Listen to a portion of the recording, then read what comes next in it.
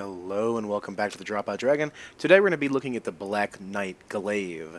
Now I'm probably going to be calling it the Black Knight Halberd a couple times in this video, so forgive me, that's just repetition from the other games, and it'll happen a couple of times, I'm sure. So here are the stats real quick, and let's look at the equipment that I'm using with it, as people have requested to see the rings. Most of the rings that people use are kind of the same, so I always assume people would be aware of what I was using, but anyway, there's the AR of this weapon right here. It is a fairly good weapon. Let's go over the moveset real quick. This is the one-handed. Here are the R1s, and here are the R2s, which are unique to this weapon. I would say the first R2 at least is unique to this weapon. You get two little hits. Now the first hit doesn't do a whole lot of damage, but it does hit confirm and allows you to hit them for the follow-up swing that it does. You can go in for the second R2 if they are, forward rolling or they're, rolling around you. You could do something like that. Two-handed. Let's go ahead and go into that. These are the regular R1s, just like most of the halberds with this moveset. That's what it does. And then it's unique as another R2 that does a jump up and slam down kind of thing. And then you follow it up with the spin around that most of the halberds have, which is normally their first R2. So there's that. This weapon does get hyper armor on its attacks. Not a whole lot of hyper armor, and only on a few of them, but it is very good. Now, what a lot of people do is that they will set up for the R1 into the sword art right here. Now, that sword art is that spin around. You have to press R2 for the follow up on it, but you can stun lock people for some serious damage. I see that as maybe I would say. It could be pretty one trick, so that's why I like to mix it up with this thing. It's actually pretty good to R1 and then maybe go in for a jumping R2 here, not a jumping attack, but this R2 that it has, and you can catch people off guard. A lot of people do forward or side rolls. They want to punish you. I wouldn't really recommend doing that against a straight sword or an S-stock. The reason being is that they come out of their rolls really quickly with an attack, and you'll just trade, or you won't. They'll hit you first. So you have to be a little bit careful. This weapon is not very good if you're playing on the aggressive. If you want to get your combo in, you can still passively, back up, keep yourself spaced. The halberds are good for spacing. They're not as aggressive as maybe a straight sword or anything like that. So you have to be aware of that when you're using a weapon like this. So let's go ahead and get our first fight in. And I will try to mix it up a little bit, maybe get that combo in there once, or maybe, just space them out, get those R1s in there. It's kind of easy to forget that you have that combo. I wouldn't recommend, only going for the combo. People can kind of see that coming, and they'll just roll and punish since you obviously only want to do one thing. So it's good to mix it up just a little bit with some of the other attacks. And they're fairly good at roll catching, I would say. So this guy right here, he's going to go ahead and get hit. And just like that, he wants to side roll like constantly. And I'm going to go, yeah, okay. He wanted to side roll a little bit, and I just caught him with that R2. And so now, look at his health because of the damage that I'm able to do. Like, it's pretty good. So he's trying to space me out, and he's running around in a bad circle. He's not doing so good. I don't recommend the running attack spam. This is not a good weapon for running attack spam. It's not safe, especially if somebody has a shield. They can just, block and then R1, especially if they're using a straight sword or something. It's just going to totally outspace you. I'm going to go ahead and catch him in a roll right there. So just like that, I did the R1 and then followed it up with an R2, and he rolled twice, and he rolled right into it, just like that. That R2 is a good mix-up, and you just catch people right in their face. Very good stuff. I mean, I really do have a lot of fun with this weapon, and it feels like because of its combo, it can compete with some of the more meta things that are running around the game, dark swords, washing poles, S-stock. It can compete that way, especially with the hyper armor that you get on the two-hand. I very rarely use this weapon one-handed. The reason for that is everything it does in one-handed, it does better two-handed, I feel. I mean, it's a good mix-up, too, with the one-handed, but I really do feel like this is a preference thing, whether you want your shield out or not. But you're going to do more damage. You're going to be set up to do your combo if you want to do your combo. I think it just is better as a two-handed weapon instead of holding it in just your one hand, unless you're going for parries or you really want to turtle play really passive. Not my favorite thing in the whole world. Let's go ahead and get that bow off, get some maximum honor. You know what I mean? You want to maximize your honor. It's very important you maximize your honor for the fight. You get about 50 50 honor points a bow, and everybody knows more honor you have, the better player you are. Everybody knows that. So we didn't catch him there. He double rolled, which was good. He's going to go ahead and parry, and I'm going to catch him there. Throw out a little random kick there. Maybe it would have got him, maybe it wouldn't have, but, you know, I could follow it up with an R1, that kind of thing. You know, don't be afraid to throw some attacks out. Remember, you get your hyper armor in this. I don't really want to trade with that. It does do a little bit more damage than mine, so like just like that was a bad idea. So you want to be a little bit careful. Now he's punishing my rolls, so I will get in his face, and I will hit him in his own roll. And throw a little firebomb out, throw some pressure, say, hey, it's time to get close to me. See if we can space an R1. Oop, I got caught right there. And he's going for another rolling R1, and I'll just catch him right there. So I had an opportunity to do the combo there, and I really didn't. I don't like relying on it. It's one of the reasons that, you know, I kind of forget that it's there. I don't want it to be the only thing that this weapon does. It does have some other good movesets, or moves, period. It is a good weapon on its own and doesn't require somebody to go, oh, okay, look at me, here's my R1, and here's my sword art, and let me just do it again. It's very easy to pull off. And I think if you're using a weapon that, you know, you've really embraced the gimmick that is the combo that it is, and you just do nothing but bait for that, you're going to start playing really stupid. You're not going to learn anything. You're not going to understand how the other person is rolling. You're not going to really be using this weapon to its greatest potential, because you're just going to be walking up to people, R1, and then hope you hit confirm for your sword art. And a lot of people just play really stupid that way, and I think you're not learning as a player if you're just relying on one thing. So I try not to do that with this weapon. Of course, that's subjective.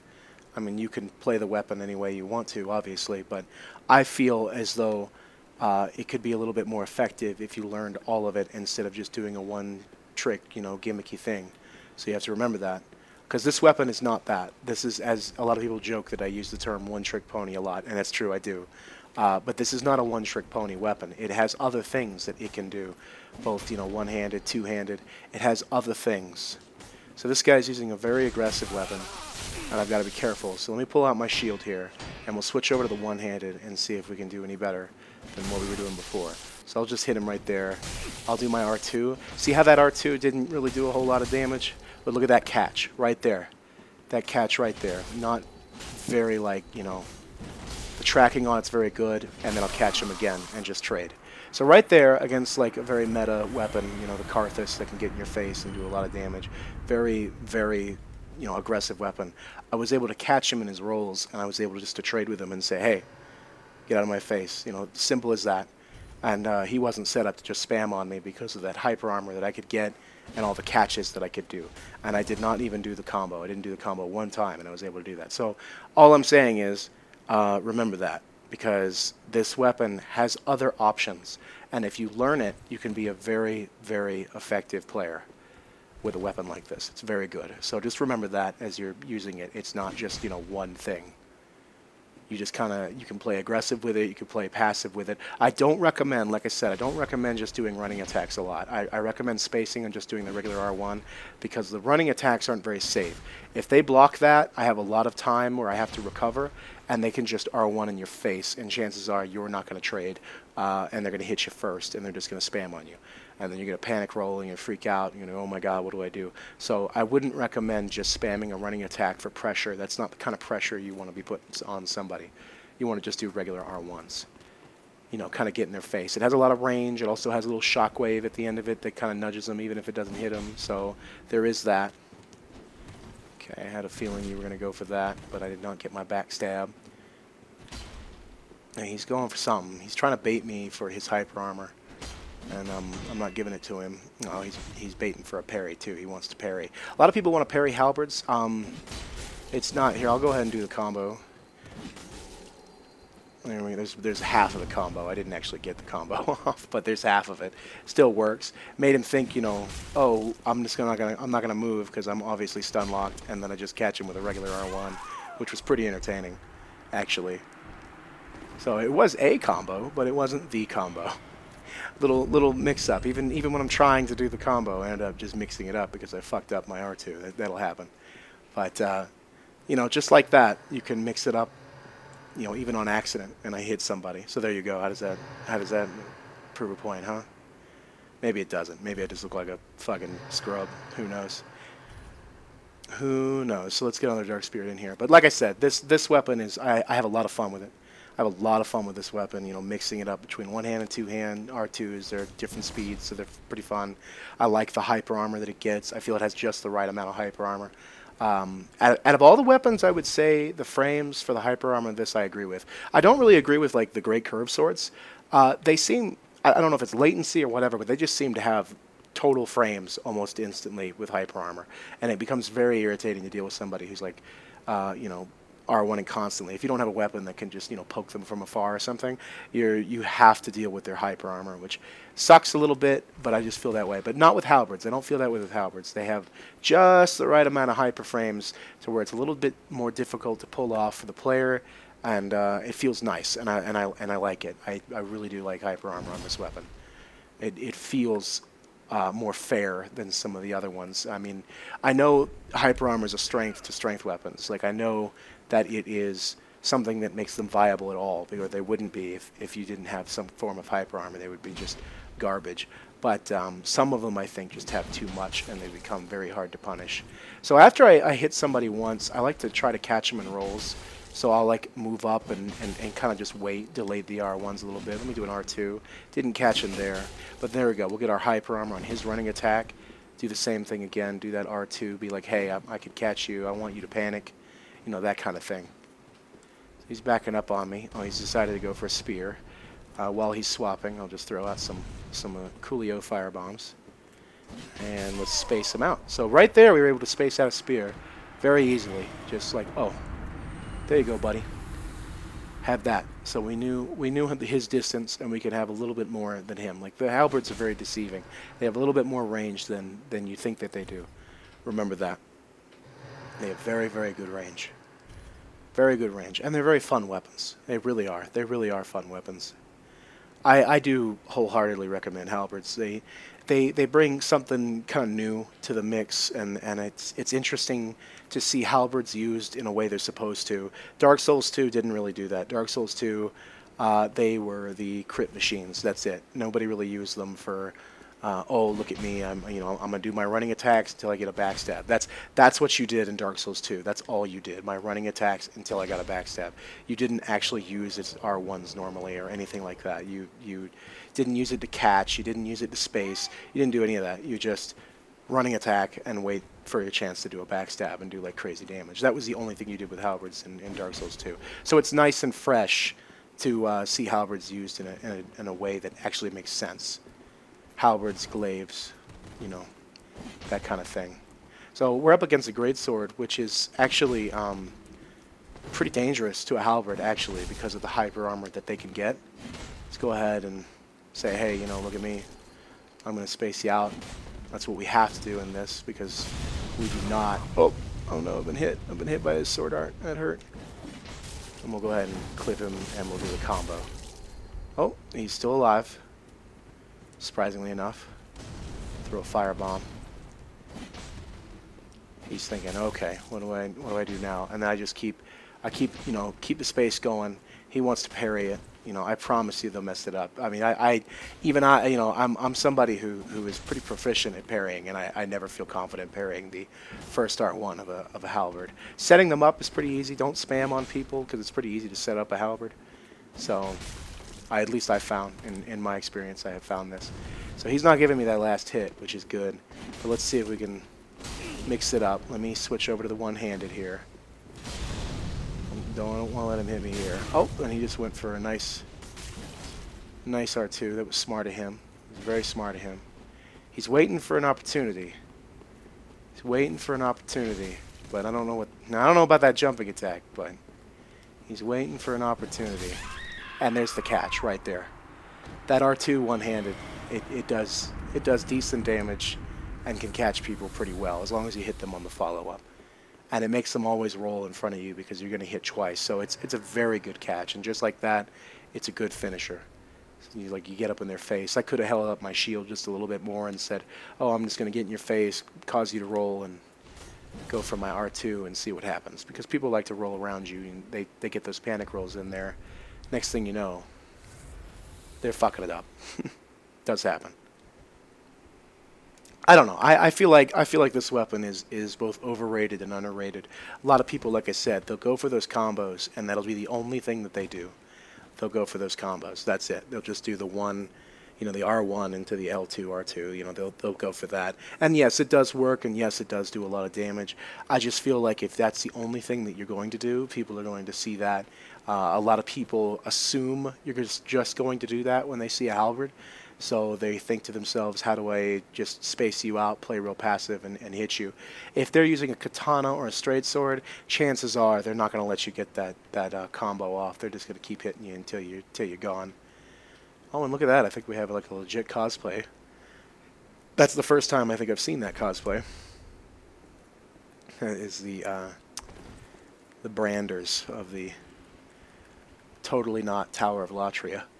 Totally not at all the Tower of Latria in any way, shape, or form. And we have, what was that? Is that Iron Flash? Okay, we'll give him a bit of the business. He's got some neat little strats here with the Iron Flash. Not often do you see Iron Flash being like used properly, but he's just having some fun. I give him credit for that. He's got a good hit on me. There he goes. He gets those. Yeah, I'm getting branded right now. It's a little fun fight. Good for him.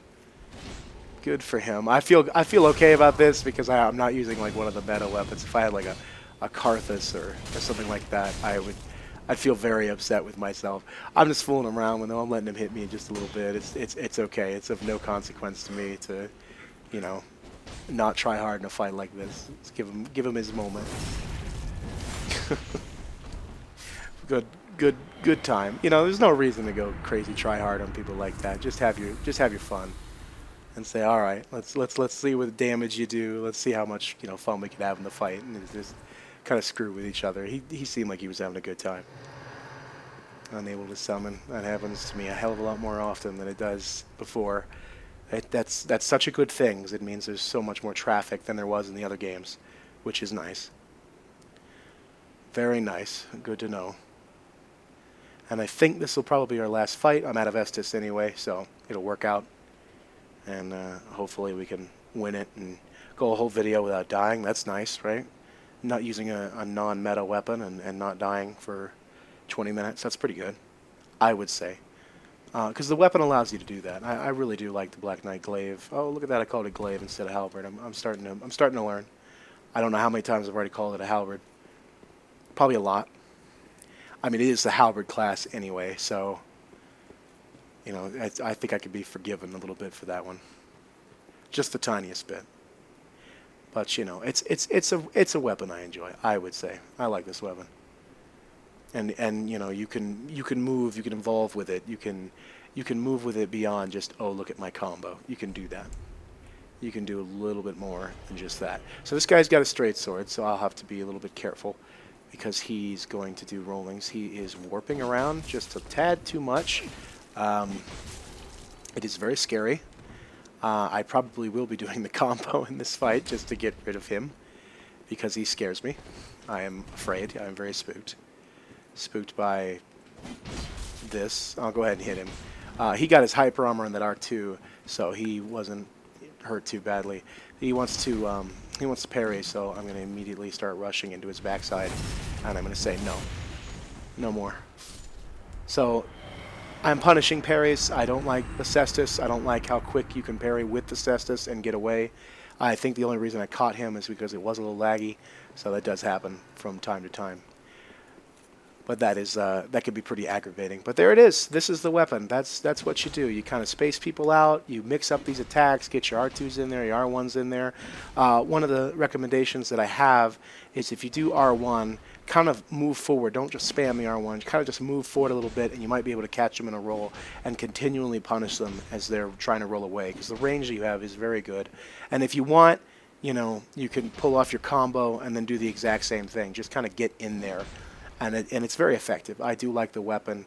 It's very fun. It might be as meta effective as some of the other things, but it is a very fun weapon.